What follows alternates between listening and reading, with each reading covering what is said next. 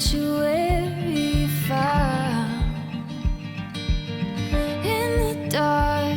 Feel your heart beat for something more. A subtle spark, a distant star is born.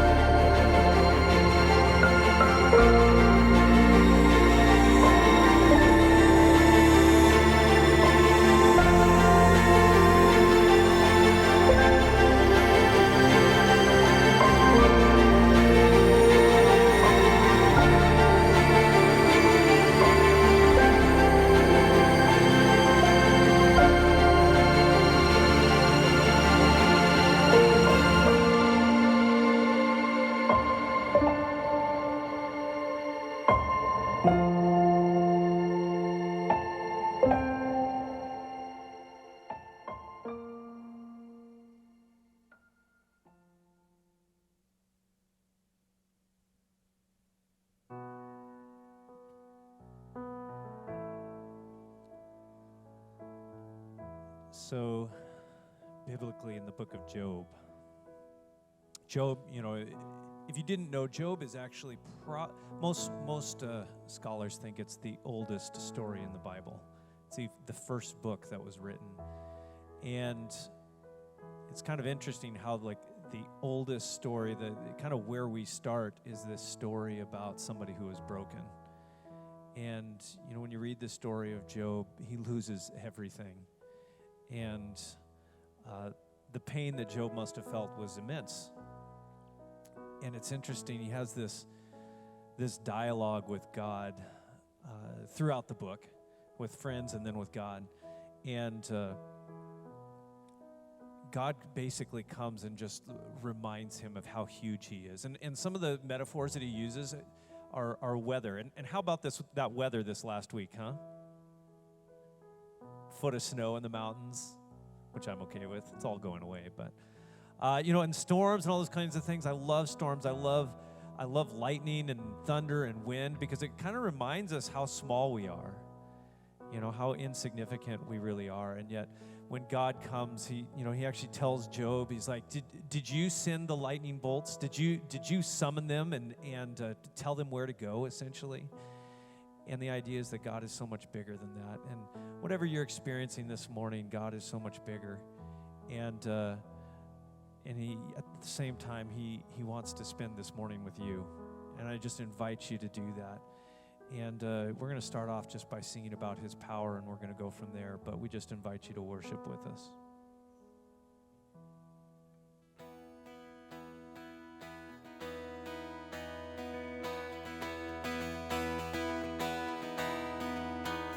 Oh, hail the power of Jesus' name. Let angels prostrate fall. Bring forth the royal diadem and crown him Lord.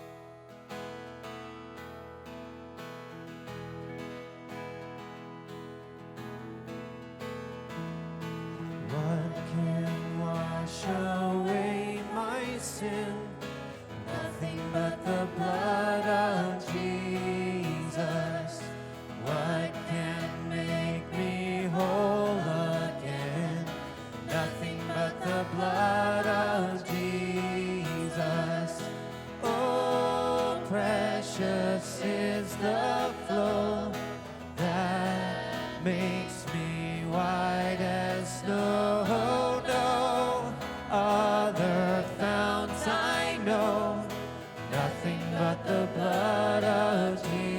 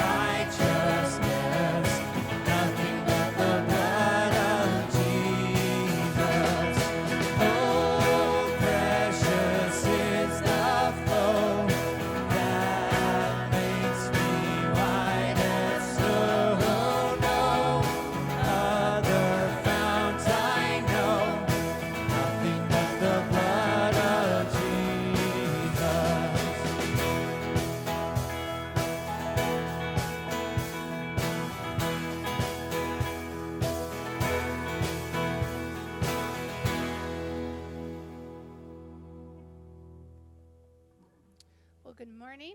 We are excited you are all here to worship with us. And I just want to talk a little bit about this next song. And it's easy to fall prey to shame. It happens every day. You know, you start your day off and pretty soon you're thinking, oh, I'm not good enough. Why didn't I do that this way? Why can't you keep doing what you're supposed to be doing? I used to be able to do this. Why isn't it working anymore? I'm just not making the mark today. And pretty soon, the joy and love that you feel like God should bring you with, you're feeling, oh, I should be doing better. Also, it's hard physically. You can feel bad. You know, something that's been bothering you for a really long time, you're carrying around, and it just makes your day rough. So the reason I really, really connect with this song is it's my new fight song. Because, I feel like you start getting these thoughts in your head, and in that moment, I've really been feeling like God and the Holy Spirit's like, you just stop and pray and talk to me about this. Like, I can help you in these moments. So this is something I've really been doing, and it's amazing how when you stop the flow of those thoughts and fill them with, okay, God, what do I need to do here? What is it I should say in this moment? It's like all of a sudden all that other stuff leaves and you're focused on the love and amazingness that God has for you.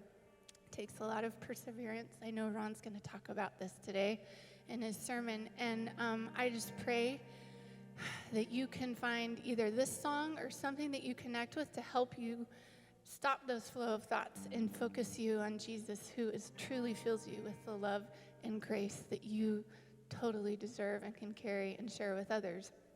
So I ask that you stand and sing this song with us.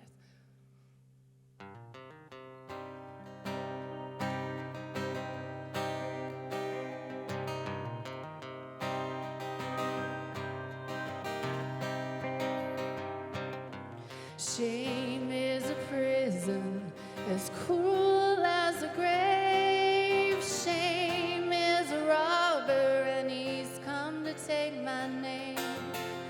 Love is my redeemer, lifting me up from the ground. Love is the power where my freedom song is found. In your grave, gonna hold my body down.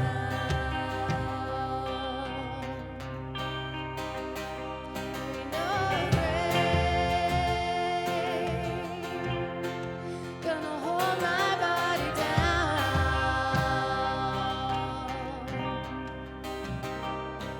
When I hear that trumpet sound, gonna rise up out of the ground. There ain't no grave gonna hold my body down.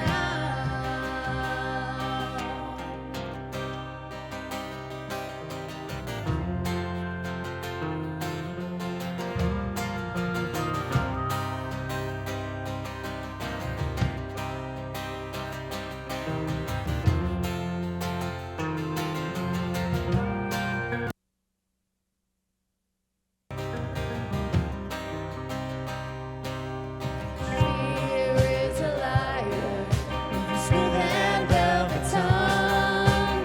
Fear is a tyrant, he's always telling me to run. Love is a resurrection, love is a trumpet sound. Love is my weapon.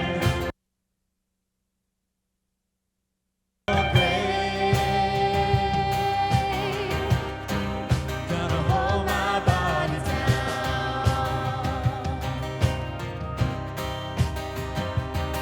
No grave gonna hold my body down.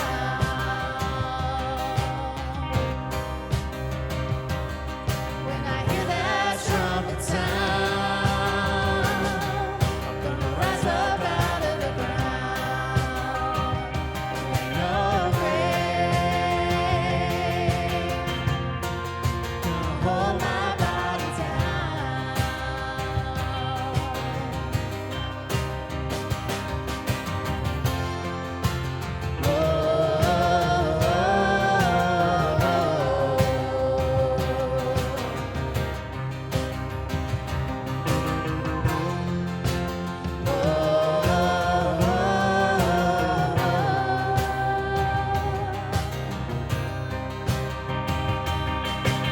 There was a battle, war between death and life. There on the tree, the Lamb of God was crucified. Went on down to hell, took back every key.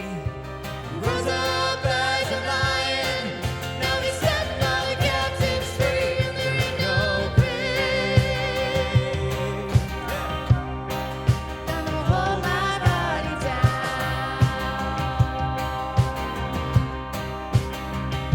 There ain't no grave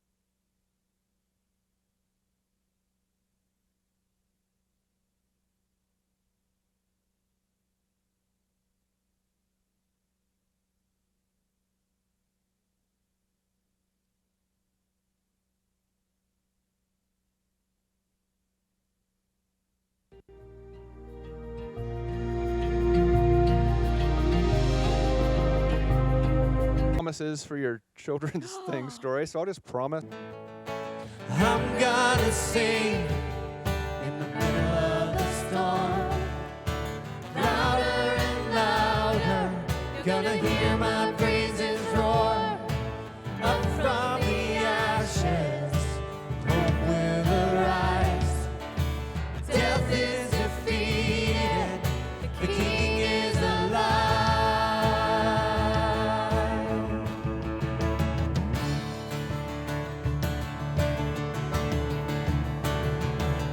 I raise a hallelujah with everything inside of me. I raise a hallelujah. I will watch the darkness flee. I raise a hallelujah in the middle of the mystery. I raise a hallelujah. Fear you lost your hold on me. I'm gonna sing in the middle of the storm. Louder and louder, you're gonna hear my praises roar. Up from the ashes, hope will arise. Death is defeated, the King is alive. Sing a little louder, Sing a little louder.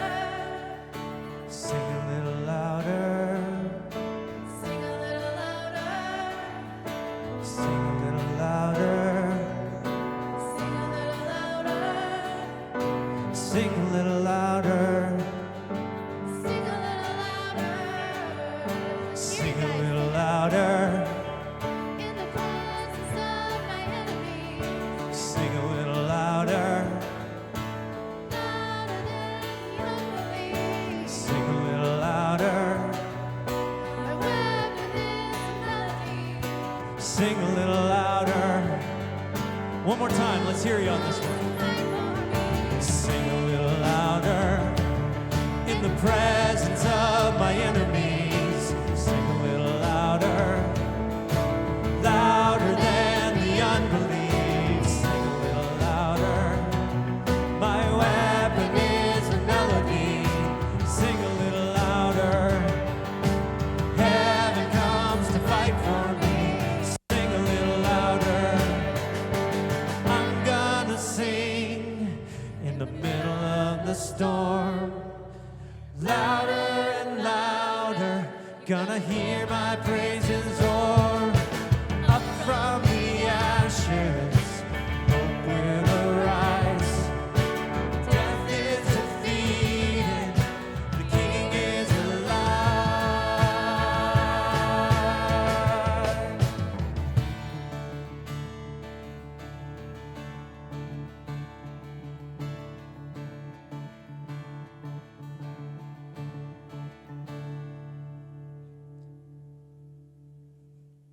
You can sit down if you want to. I know there's a 2-song limit. I used it. So, when you look at the New Testament, there's this guy Paul, he wrote a lot of it. And there's this one portion of 2 Corinthians where Paul basically is talking, and he refers to something known as, that he calls the thorn in his flesh. And we don't really know what that was, but it was something in Paul's life that he just was not able to get past. Something that continued to just be an issue to him, and really an issue spiritually to him as well, because it was something that, despite all these things that he was doing, there was something there that continued to be a problem in his life. We don't know if it was physical, we don't know if it was spiritual, we don't necessarily know any of those things. There's different theories on that, but one of the things is that when he talks about this, I want to read you here. in 2 Corinthians. He actually talks about it as something that was left in his life to keep him from being conceited, which is kind of an interesting thought. But he says, and this is 2 Corinthians 12, verse 8. It says, 3 times I pleaded with the Lord to take it away from me. But he said to me, my grace is sufficient for you, for my power is made perfect in your weakness. Therefore I will boast all the more gladly about my weakness, so that Christ's power may rest in me. You know, when we have periods where we're not enough, when we have things in our lives that really try to tell us that we don't add up, we aren't sufficient. And it's true, we aren't. But that's what grace is. If you deserved it, there'd be no need for grace. And none of us do. And, you know, even Paul, kind of a rock star in the New Testament at the same time, was constantly reminded of his need for God's grace. And at the end of the day, he was content because he knew that God's grace was enough for him.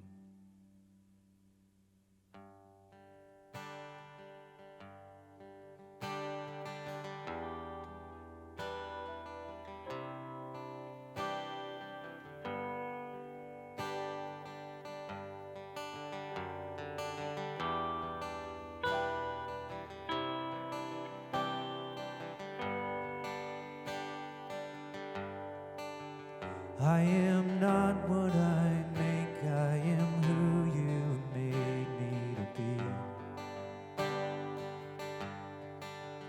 I am not what I've done, I am loved unconditionally. I am not loved by the measure of love that I bring. I am not who I know, I am known by the King of all kings. Jesus, you are enough. Jesus, you are enough for me. With nothing, I still have everything. Jesus, you are enough for me. You are maker made visible, holding the world in your hand. You are patient and merciful, giver of grace without end. Satisfied simply by being who you've always been. You are infinite love and you prove it again and again.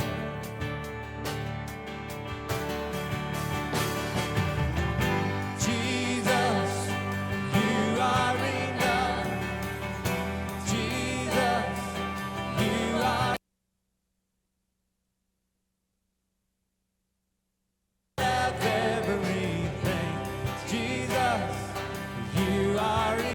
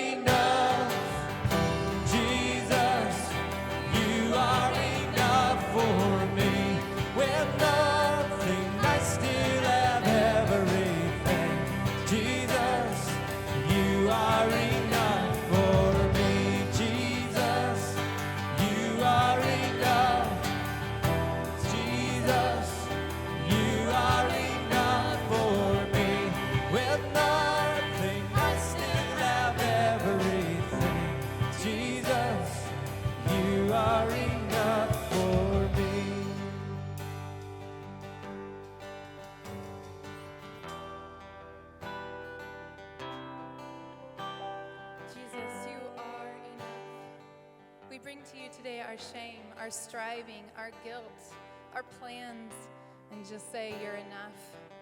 We just ask that you cover all of this and that we can just find some space today to give it all to you and know that whatever plan you have, whatever goal we have in mind, whatever guilt or striving, that you can cover that and you are enough and you are more than enough.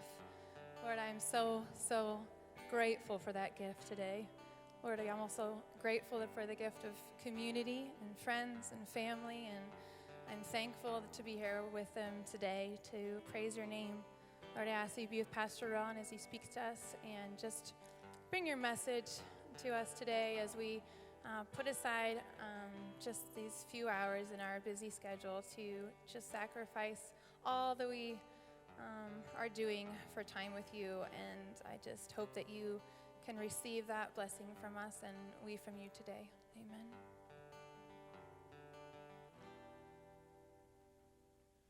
All right, welcome again to Summit Northwest Ministries live stream. We have a vacant auditorium here, so we're welcoming you by camera and by camera. Rebecca, look at that camera over there. And by camera. And by camera. There we go. Welcome all. What's next?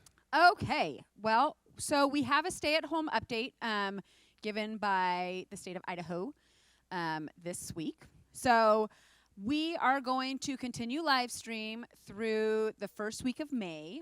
Through May 2. Through May 2. So that will put a shutdown through April 30th, which isn't enough time to get everything in order for a service April or May 2. So we're going to aim for May 9 if everything goes according to plan, which, as we all know, What's this plan that you talk about? things will change. Things will change. So but maybe we are May aiming 9. for May 9 because May I 9. think that's a great thing to shoot for. It's Which Mother's Day weekend. Is it? I was wondering if it was Mother's or the week after Yes. Mother's. No, it's Mother's Day weekend. So Okay. it's a good week to There you come go. back all together for church. All right, we'll see you back then, we hope. On our ongoing announcements, every week we talk something about finances, and we used to take the kids' offering when people were up here to do that. But basically, Summit's doing fine. We appreciate your continued support. Don't forget about us, but we recognize it's a tough time. There are different ways that you can socially distance your money from yourself. And so just a brief update there. Keep us rolling here, please. I like the social distancing of your money. Basically giving it away is a great way. Okay, and talking about worship schedule for the update for live feed. So we have a couple of different options More of than a ways we couple. can do that. You're right, because we have 3. At least 3. I like it. So you can always access live stream through Facebook. Summit Northwest Ministries on Facebook, and you can watch the live feed that way. Okay. What other way can you do it, Terry? The website, summitnorthwest.org, which this week I was talking with somebody who said, our website address is too hard to remember.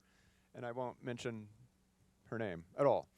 But it's summitnorthwestministries.org. There's a link, a button there. There's also archived stuff there. There's also an audio file there. So anyway, some options on summitnorthwest.org. Yes.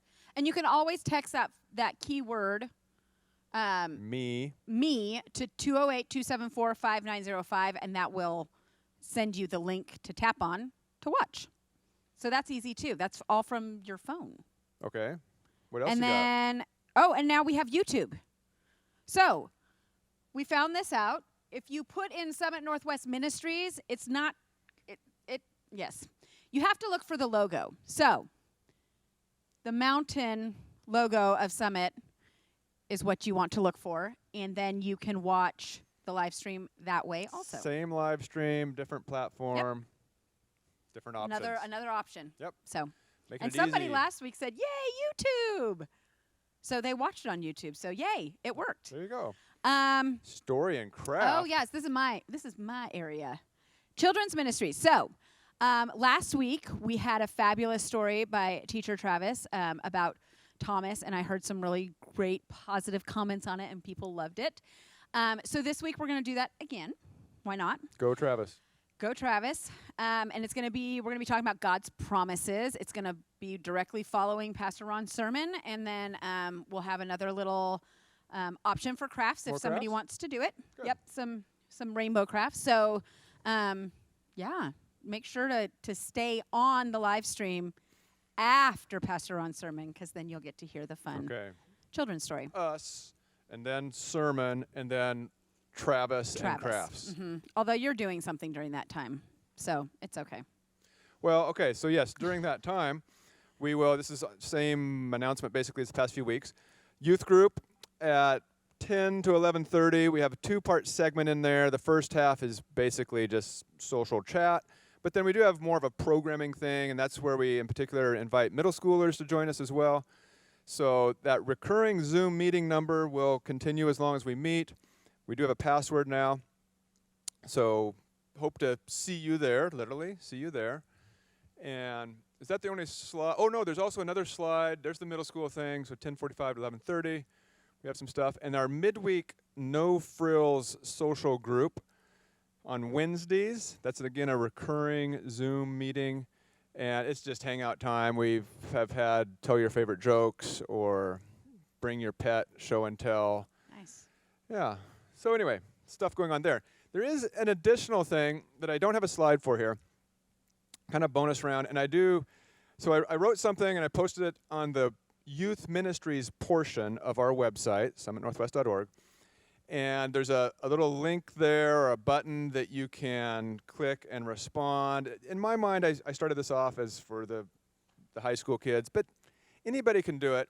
And you can qualify for some of our prize bank stuff. Now, you can turn this into a scavenger hunt because, like I said earlier, some people can't remember the website name. So, oh, how do I find that thing? There's a lot of different ways. You can track it through Instagram, which you can find my SNW _ no, Terry at SN. Anyway, try to find our Instagram account for the youth. Our Facebook, Summit Northwest Ministries Youth Facebook page. You can link through the website a couple different ways. I don't know. Scavenger hunt, how many different ways can you get to the youth ministries page? And read a little blurb that I put up. It's related to the quarantine thing, but it has a good message, I'm sure. Lisa gave it the okay, so that's why I posted it. So if the adults take part in this, do we get to get a prize too? I'm going to say yes. Ooh, okay. I, Up the game there. I'm not really promising that, but I'm going to say yes. You know, Okay. That's a nice thing. You've had promises for your children's thing story, so I'll just promise and see what happens. Okay. Okay, I think that's it. That's it I on mean, our I list, think it's so time stay for tuned, and Ron's Ron's got sermon, another so message here for you, and we'll see you on Zoom somewhere or back at church on the future date. May 9. Hopefully May 9.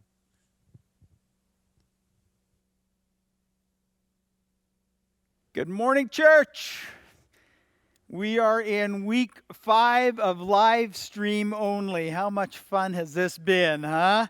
Looks like we're going to have to continue for a little bit longer. And as Pastor Rebecca and Pastor Terry said, going into the first week of May, not exactly sure what will be lifted at the end of April. Is it just opening up some businesses? Can we congregate? We don't know. So we will give ourselves a little bit of room for the next moving target.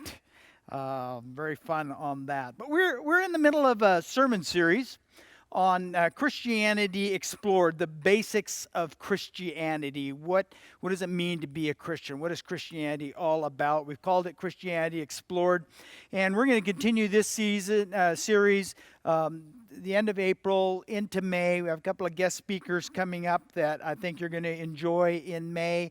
Our own conference president, Minter Labrador, is scheduled. Alex Bryan used to be pastor at Walla Walla University Church and is now the administrative director for Vision at Adventist Health. They're scheduled for May, so we hope to have those guys here. I know you'll be blessed by them. And then in June, we are going to shift a little bit to Old Testament story. One of my favorite stories of Elijah. And so many great stories around Elijah. So we're going to spend 4 or 5 weeks looking at the story of Elijah in the Old Testament. Amazing story. That'll take us into July. So that's what's coming down the future. Today we're still just going over the basics. Like I say, we've covered some of these basic questions regarding Christianity. Who is Christ? What does it mean to accept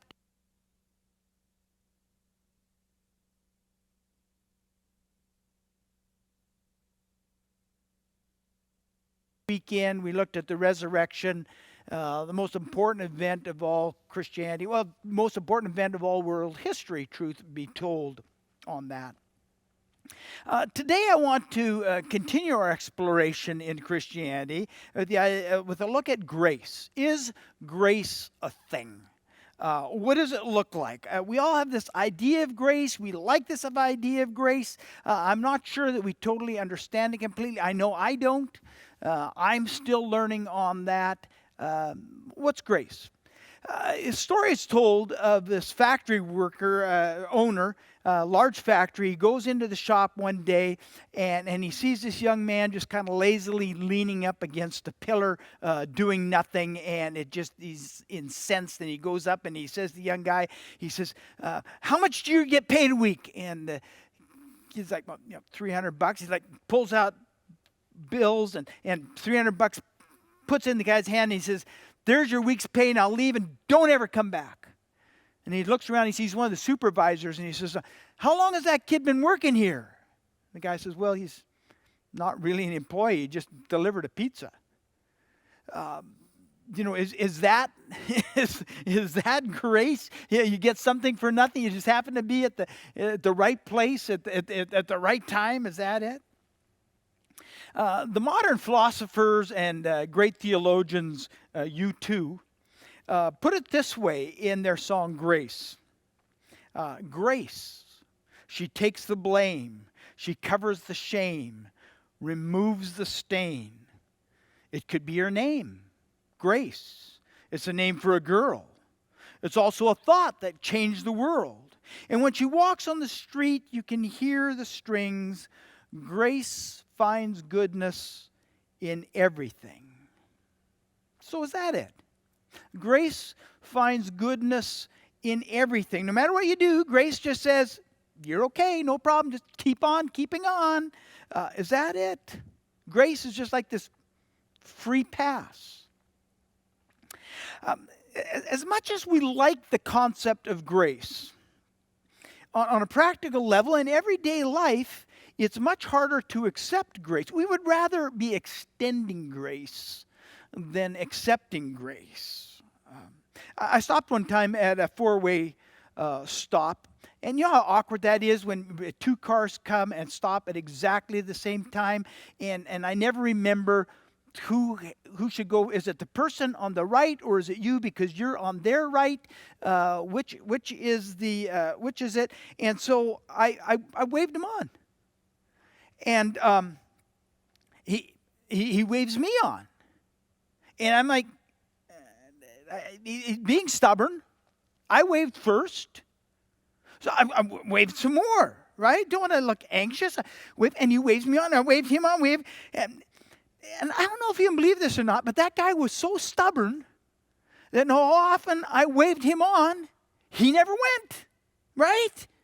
We sat there a full minute just waving each other on, nobody moving, right? So I did the only thing that was reasonable, backed up and I drove around the block so that he would accept grace. I mean, it'd be hard to believe how ridiculously stubborn some people are, that jerk. And grace. As much as we talk about it, sometimes we just hate to accept it, right? And we all have our favorite grace texts. My favorite text is this, Ephesians 2:8. For it's by grace you have been saved through faith, and this not from yourselves. It's the gift of God. But do we really understand grace? It's a gift. But what does that mean? Do we live our lives as if we have received a gift of grace? What does that look like? Several years back, we bought our grandson a bicycle. They'd come to visit, and he needed something to ride around. So we bought him a bicycle. It was the coolest bicycle that Kmart had for under $50. Now imagine for a moment he says, wow, thank you, Poppy. Love the bike. I'm going to pay you for it. And so he gets a job of mowing lawns, and he washes cars, and he washes my car, and he washes other people's cars, and he's telling all his friends that he's earning money, and he urges them, if your grandpa, your poppy ever buys you a bicycle, you need to pay him back. And how do I respond to that? I mean, I would appreciate his industriousness, but wouldn't it be better? I mean, I'd feel a lot better if he'd just say, wow, did you see this bike that my grandpa got me? It's the coolest bike that Kmart has for under $50. I've got the greatest grandpa ever. He gave me this bike. I mean, that's the right response, isn't it? Not I got to work for it. Grace. Accepting it. Giving it. I wonder if we understand what that means. Some years ago, I read about a courtroom trial in South Africa. Perhaps you've read it too. As sentencing was pronounced, this frail black woman slowly rose to her feet. She was somewhere in her 70s. Facing her from across the room were several white security police officers, one of whom was Mr. Vandenbroek. He had just been tried and found implicated in the murders of both the woman's son and her husband some years before. And it was established it was indeed Mr. Vandenbroek who had come to the woman's home years ago, taken her son, shot him at point-blank range, and then burned his body while he and some of his officers partied out on the beach. And then several years later, Vandenbroek and his cohorts, they returned, grabbed her husband as well, and it was months.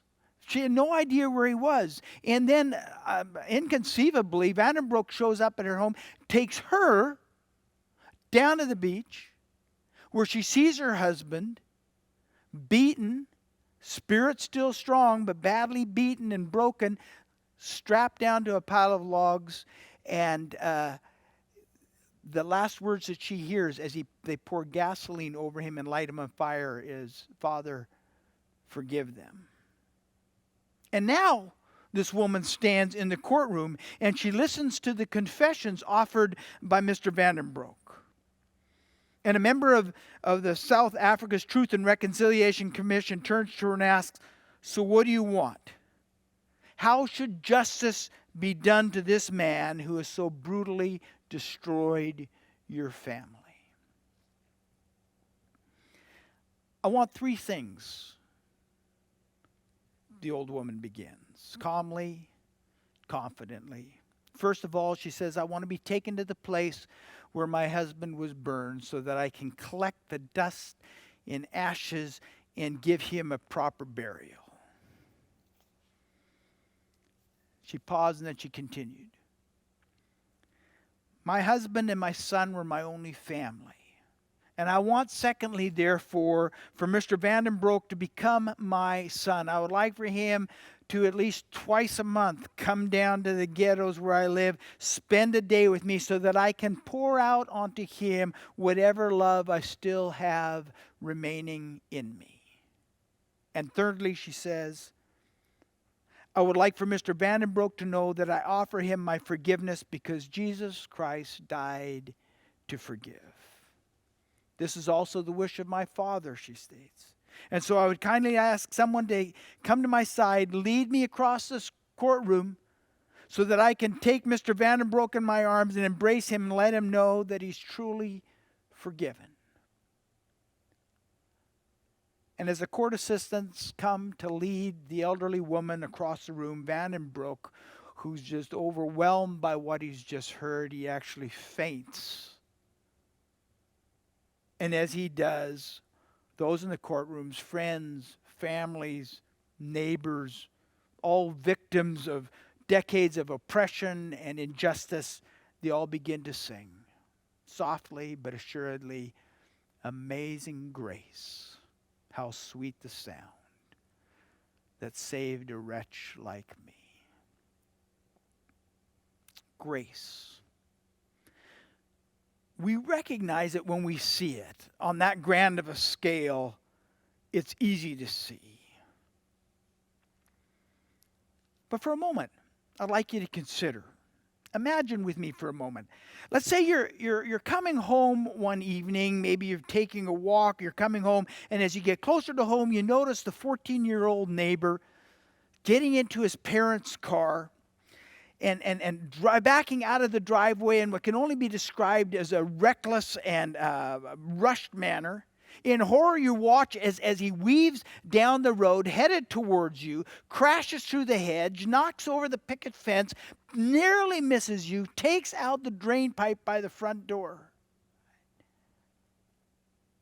And all you've been able to do at this point is just stare like a deer, the headlights in your eyes. And as the dust settles, he sheepishly gets out of the car and he looks, and your eyes lock. You control the urge to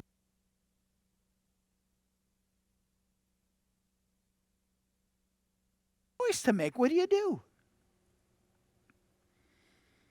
The first option is justice. Give him exactly what he deserves. So you tell him, I'm going to call the police.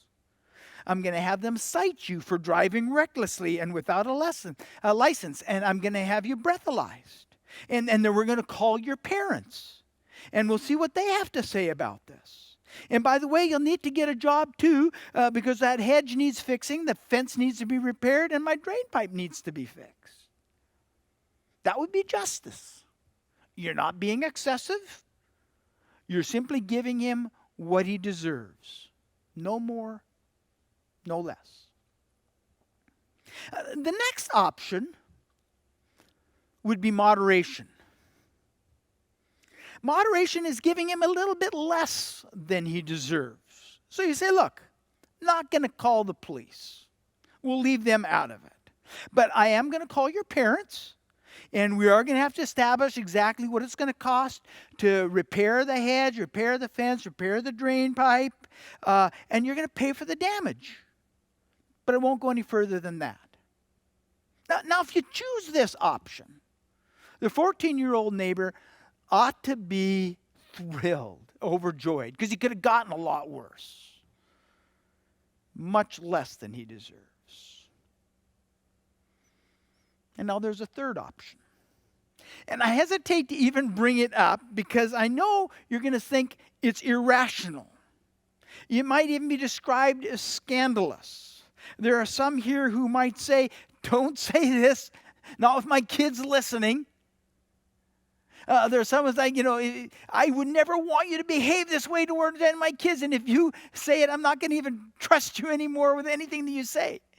So at the risk of offending some of you, you could treat the kid with grace. You could say, look, you've messed up. You mowed down my hedge. You knocked over my fence. You destroyed my drain pipe. But despite all of that, I'm not going to call the police. In fact, I'm not sure I'm even going to get you in trouble with your family. Won't tell your parents. And as for the hedge and the fence and the drain pipe, I can get that fixed. I'll figure that out. So why don't you just take the car, back it off the lawn, and then we'll sit down and have a chat and see how I can help you. You could do that. What do you think? The only condition you place on the kid, put the car in reverse, back it off your lawn. What are you thinking? Anybody thinking, you can't do that? He'll just joyride tomorrow. He won't have learned a thing, right?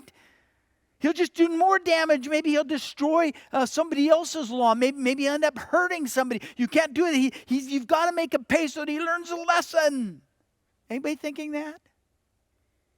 And you're right. That would be a risk. That's the scandal of grace, isn't it?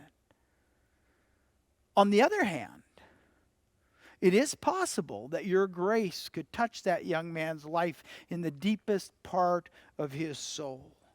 Your generosity, your interest in his welfare and his future could unlock potential and turn him around. You could see the transformation of a life as he receives an utterly undeserved gift And he's touched by unconditional love and seeks to live in gratitude to you for your kindness. Third option, totally outrageous, irrational, but it could be completely liberating for one young man. In the old 1998, can't believe it's been that long ago, film Saving Private Ryan, set in World War II. It tells a story of a group of men who were given orders to rescue a single man behind the enemy lines in Normandy. And why this young man is so important is because the chief of Army Chief of Staff, he hears that this kid's 3 brothers have just been killed, and they've been raised by a single mom, and he's the last kid left. And so when the Army Chief of Staff hears about this, he orders men to go out and protect and bring back and save this precious remaining son, Private James Ryan. And so he sends out this team of soldiers, bring him back alive. And as the story goes, the mission is perilous. It's terrible. It claims the lives of the soldiers one after the other. And at one point, the captain says, this Ryan had better be worth it. He'd better go home, cure some disease, or invent the longer-lasting light bulb. But they obey the orders. Rescue Ryan. And in the final battle scene, set on a heavily shelled bridge, as the captain himself dies, he whispers his last words to dumbstruck Private Ryan. He says, James, earn this. Earn it. So let's pick up the movie there on that last scene, and then as it transitions from there, that bridge to 50 years later in the Normandy cemetery. Watch this.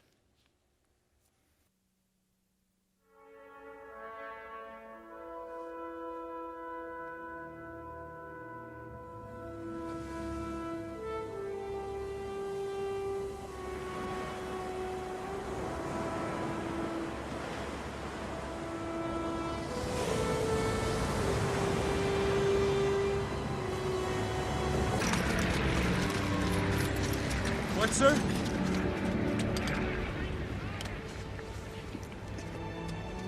James,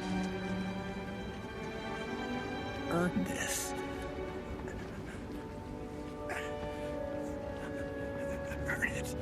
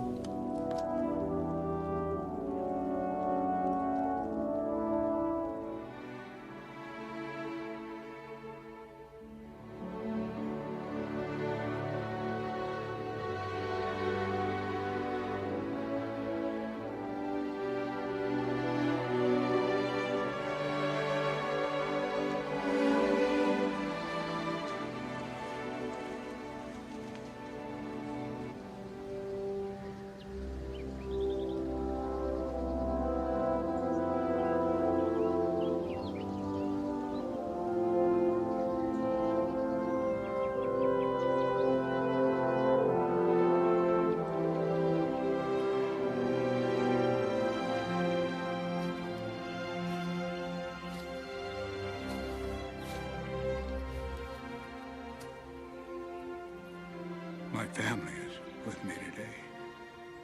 They wanted to come with me.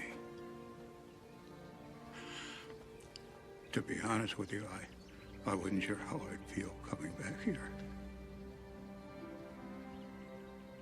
Every day, I think about what you said to me that day on the bridge.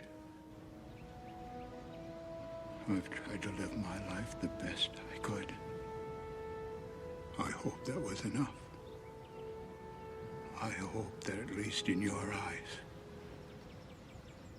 I've earned what all of you have done for me.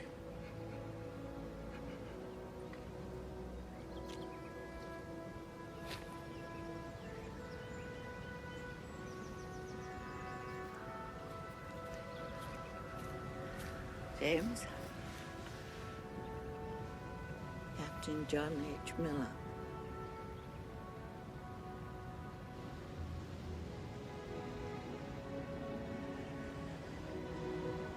Tell me I have led a good life. What? Tell me I'm a good man.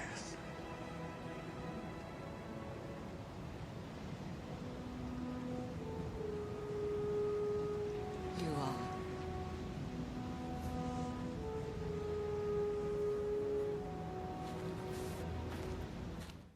Every day I think about what you said to me that day on the bridge. I've tried to live my life the best I could. I hope that it's enough. I hope that at least in your eyes I've learned all that you've done for me. Tell me I've lived a good life. Tell me I'm a good man. And it's clear that Private Ryan has lived his entire life with the words of his rescuer ringing in his ears. Earn this. Earn it. And in a way, those words have crippled him. Could he ever live up to the deaths of those young men? As one soldier said earlier in the film, do the mothers of the men who died to rescue him think he has earned their sons' deaths? The captain's last words were, earn this. Earn it. But Jesus' last words were, it is finished. They too are words that will remain with me every single day of my life. In the original language, it's a single word, tetelestai. It means it's complete. It's not a desperate cry of pity. It's like, oh, I'm finished. No, it is finished. When I was a carpenter and I built a set of stairs and I nailed the last tread into place, I would do a little victory dance. It's called the It Is Finished, the Stairs Is Finished victory dance. And it would go like this. It's finished. It's finished. It's finished. It's done. Yeah. It's the same cry that someone who may have taken Dave Ramsey course when they pay off all their debt, they're like, it's finished. Debt's paid. It's done. Unlike Private Ryan, whose life was weighed down by the attempt to somehow earn the deaths of those who saved him, the life of the Christian is marked by freedom. As he died to save my life, Jesus didn't ask me to earn it. He didn't say that the worthiness of my life depended on the good things that I may have done. He didn't say, Ron, earn this. Earn it. No, he said, Ron, it's finished. All your sins, past, present, future, forgiven. I've paid off your debts. He doesn't ask me to earn it because he knows I never can. And he tells me it's finished even though he knows that in the future my life will be far from perfect, no matter how hard I try. And see, that's what grace is. It's simply God behaving towards us in a way that we simply do not deserve. It is God acting irrationally towards us. As one author put it, grace is the opposite of karma. Karma is all about getting what you deserve. Grace is about getting what you don't deserve. When we look at what happened at the cross, we see God graciously, irrationally graciously reaching out to us, offering us something that we haven't paid for, don't need to pay for, and in fact, cannot pay for. And when we look at the cross, it doesn't matter if we understand it, or if we can figure out a model for it, or if we agree with it, it doesn't matter. God behaves towards us with grace even if we think it's crazy. It's irrational. It's illogical. Grace isn't dependent on our understanding it. Grace isn't depending even on our receiving it. Grace isn't dependent on anything we do. It is completely and uniquely a gift from a God who couldn't love you anymore and won't love you any less. Is grace really a thing? It is. It is the most irrational, wonderful thing that anyone could ever possibly imagine. And it's yours. And today, my prayer is that you will recognize anew that your life has been touched by God's grace. And may you find the freedom, joy, and peace that it is meant to bring to your life. Let's pray. Father in heaven, thank you for being so irrational. Thank you for grace that is beyond our comprehension. Thank you for grace that isn't designed to teach us a lesson so that we will know how to do better. It is just a gift because you love us so much. Thank you for grace.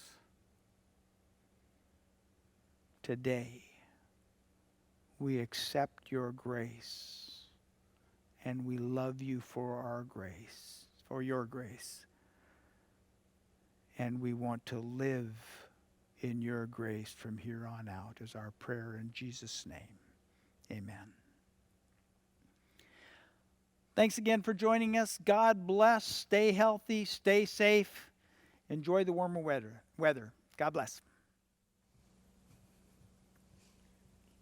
So who is excited about our story with Teacher Travis today? I know I am. It's one of my favorite parts of Sabbath. If you've ever been able to hear him tell a story, it's so much fun. He really gets you involved, so I want you all to be paying good attention to what he has to say. Teacher Travis today is going to talk about God's promises, one in particular that has to do with a rainbow. But it's something that we can think about right now as we're kind of going through some scary stuff. Things are all changing. Everybody's at home, trying to stay safe. And while we're doing that, we can remember that God promises to always take care of us and to always be there for us. So here we go. Let's have a good time listening to Teacher Travis. Happy Sabbath, everybody. Super glad that you joined us today, Summit Northwest Ministries. A little bit different considering all the COVID-19, coronavirus, everything going on right now. We miss you guys so much, each and every single one of you, and we figured this is the only way that maybe we can connect. And I love telling stories. All of you guys know I love telling stories because I love stories. You guys know that I love stories. And so figured, what better chance? Time for us to share a story. And I thought, what story could I share with you guys? And I figured it out. The one story that has really helped me through some tough times, and come on, let's face it, we're having some tough times right now, is this awesome story showing that God loves us, He will always be with us, and we can trust Him. And yeah, so first, I want to introduce you guys to my special quarantine class. First, I have Sylvie. Say hi, Sylvie. Hi. And I have Conrad. And so I encourage you guys, as you kiddos and adults that might be watching, join in and participate. You'll see later. All right. So, first off, happy Sabbath, guys. So glad you're here. So, you guys know how much we love stories, right? Now, can you guys remember my absolute favorite storybook of all time? Yeah. Noah's Ark. Well, that's one of the stories, and that's the story we're going to talk about. But what's the book that has all... The Bible. The Bible! Yes! Love the Bible. Story after story after story. And yes, we're going to talk about that one special one. And what's that story we're going to talk about today? Noah's Ark. Noah's Ark! Yes! But how does it start? Let's see. We got to go way back. Okay, after the Garden of Eden. And then... oh my goodness, there were some people that were being pretty mean, weren't they? There was lots of people. They're doing really mean things, really scary things. They were hurting animals, and there were some really scary animals that came from it. I mean, there's all kinds of stuff we could go on and on and on talking about. And so imagine this. So God saw this, Did it make him happy that people No, were? it made him sad. It made him really sad. And you know, I even think about it. Maybe it made him a little mad. You know, he's like, "Hey guys, like, what are you doing? Like, let's not do this." And he tried to show him love, and they just rejected him. But yet, there was one person that he knew he could talk to. And so, I mean, this is how I envision it, okay? So God comes down and comes to the door and he goes, and who opens the door? Noah. Noah! And can you imagine Noah's surprise? I mean, again, this is how I imagine it. And Noah says, "Oh, hi God, what can I do for you?" And what did God say? I want you to build an ark. The world's being bad. Okay, and so exactly, and so Noah's like, what? I don't understand this word ark. What is that? Because you got to remember, at this time, there wasn't huge lakes. They didn't have huge boats. They didn't have any of that sort of stuff, right? Yeah. So he didn't even know. But what did Noah do? He built one anyway. What did Noah do before that? When God said that, he trusted, right? Can we say trust? Trust, yes. He trusted. Oh, and so the best, a most amazing engineer and architect, those big crazy words, I know you figured out later, was God. And he laid out the most amazing plans for this huge boat. And how did they build it? What did they use to build it? Wood. Yes. Like one of my favorite parts of the story. So they had these huge, big, tall trees, and they would cut, and they would cut, and they would cut, and they would cut, and they would cut, and then finally, and what would they say? Timber.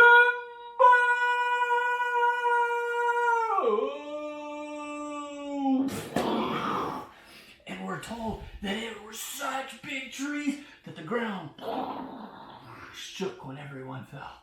And then they had to cut it up, and they cut it up, and make big boards out of it, and then haul it over there and start building it. Yeah. Pretty amazing.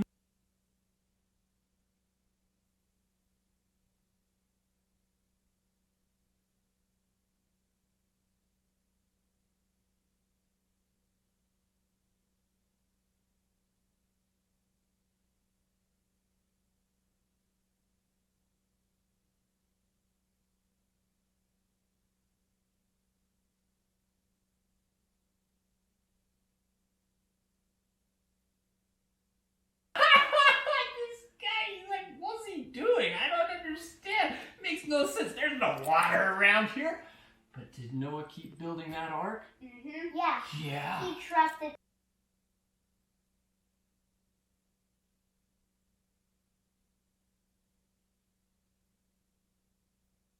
In that ark? No. He didn't care what they said. He only That's cared what right. God said. He cared what God said, and he got older and older. And then he ended up having how many sons? 3. 3. That's right. He had 3 sons. And guess what? They got older, and then they could help him build. And so then they were building and building and building and building. And you know what? Let's build an ark. So for all of you guys at home right now, It takes 100. if you want to join us, by all means join us. So we're going to build an ark out of the cushions out of our couches. All right? Let's do it. Jump, jump. You grab those cushions. Our ark takes 120 years to build. Okay, so this is going to be the front of our ark, and then let's make the rest of it just like that. Super simple. Super Doesn't have to be big. Super simple. Oh, thanks. Oh, that's a big one. That's a big one. Can you have it resting against that? Good. Okay. Can you guys stay inside and hold them up for me? You guys hold these right here? I'll stay on this side. Perfect. Oh, good. You're in the ark. Nice. Wow. So the ark is complete. Oh, yeah. But wait. We just have an empty ark. We need animals. Well, but nobody knew that at the time. But what do I hear off in the distance? What do I hear? Animals! Oh my goodness! I tell you what, see the door's still open. Maybe you guys should go find some animals. Go find some animals. See, you found this camera. Oh, there's camels.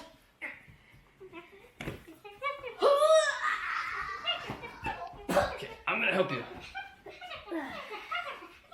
Oh, big elephant! Don't forget the unicorn. Definitely unicorn. And here's some otter, and a sheep, and a penguin. And Oh, but there's one. There's one more. it is. There's one more. Okay. That's a dog. Oh, there's dog. A dog's coming. Oh, you get to get on the ark.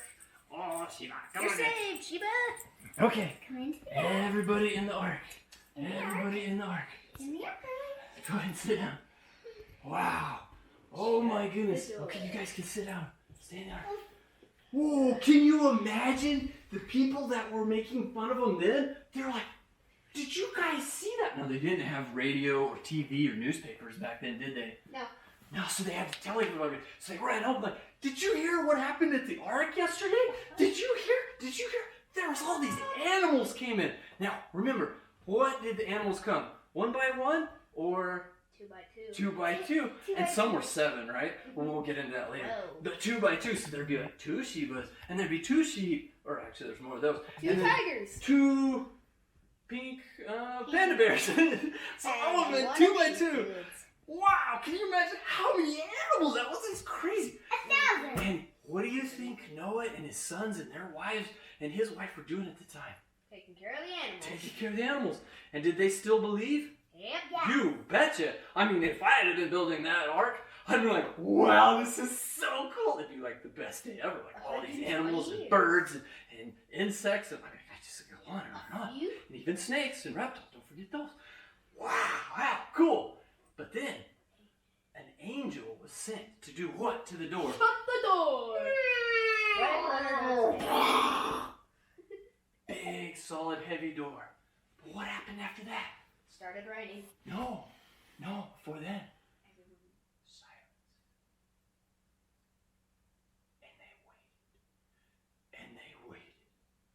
And they waited. Now remember, they didn't have iPads, they didn't have Netflix, they didn't even have radio, they didn't even have electricity. It was dark in there, and those animals are thinking, why did we come all this way just to sit in this wooden box? Cages. And they sat there for a long time. How many days? 40 days, that's right. Just a second, see how I get to you. 40 days. But then, wait, what did they hear on the rooftop? Drop. There's a little bit at first, and then a little bit more, and then a little bit more, and then, I mean, the rain was coming down like crazy. Now wait, what do you think happened to all of those people that were outside? Do you think that they panicked at that time? Yeah. Do you think they got scared? They're like, oh man, they were right. But yet remember, no, the whole time he's like, people, please come join us. Please, we want you to come. Please join us. How many times did he plead? Over and over, every day. Just a second. Every day he pleaded. But did anybody come? No. Should they have come? Yes. What do you think, Sylvia? Should they have come? Yeah. Should we listen when God says, please come? Yeah. Yeah, we should. So here they are. The door is shut. Nobody can come. I'll answer your question later. And the water came up. And then what happened to the boat? It started floating. Oh, it started floating. Ran to the mountainside. And then the water came up. And the water came up. Past the mountains. And exactly, what are we told? The water went up above The mountains. the mountains. So the whole world Covered in was water. nothing but water. Looked like Neptune. Wow! Can you imagine how scary that would be? And the wind started blowing. Oh, here comes the wind! Here comes the wind! Wind! Oh my goodness! It was so scary! And lightning! The lightning's going up! Oh! That's not a very bright light. But oh, it's super bright! Oh, and then finally, it was quiet again. But was there still lots of water? Yeah. Oh, that's much later. Lots of water? Oh, man. So now what do they have to do again? They had to Wait. wait. And they had to wait. And they had to wait. Which kind of reminds me of what we're doing right now. Sometimes we just have to wait, don't we? Yeah, sometimes we have to be really patient. And what was the word you said before? We have to what in God? Believe in him.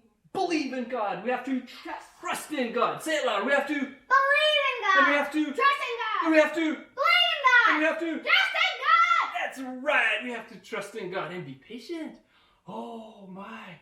And what happened after that? Noah let off a bird. And he came back. And then he let off a bird again. And he came back. But then later he came back with what? A smell. Which means there's trees are growing. Oh man, happy day, happy day. Oh, I bet they got excited. And then eventually, finally the ark. Oh, they felt it hit ground. Can you imagine how excited they must have been when they heard that ark hit ground? And then the water went down even more.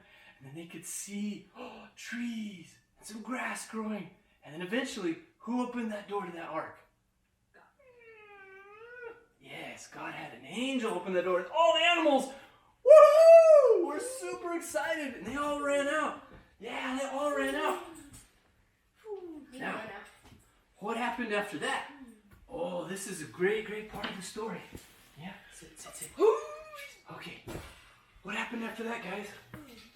There was God's Now, bow in the can you imagine, at that point, please, watch you later, how many people were there on earth? Only 10. Yeah, okay, so there was A lot of There's space. 8. So these are the only people.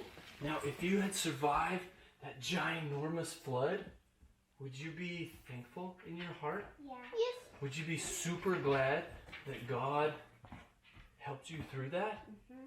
So remember, what are the 2 things we said? They trusted and they Believe. did, right. And so they were so thankful. Can you come join me, Sylvie?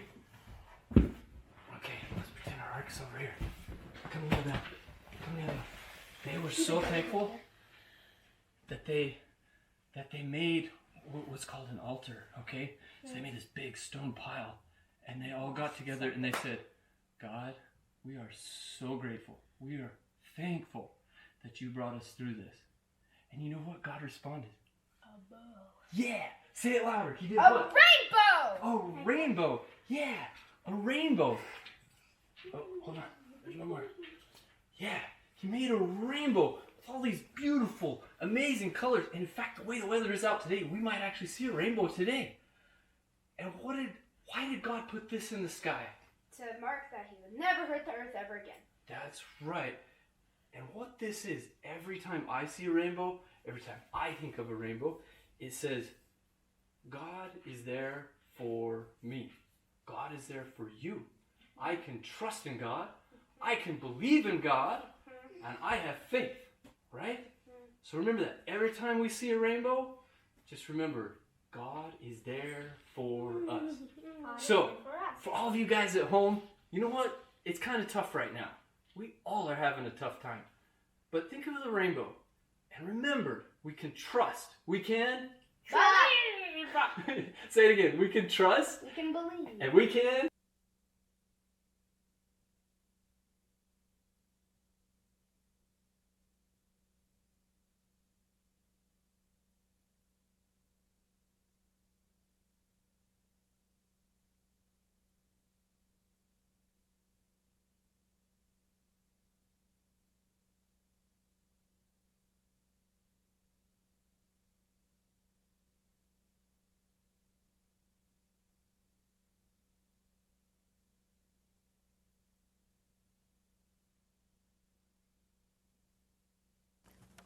Wasn't that such a fun story?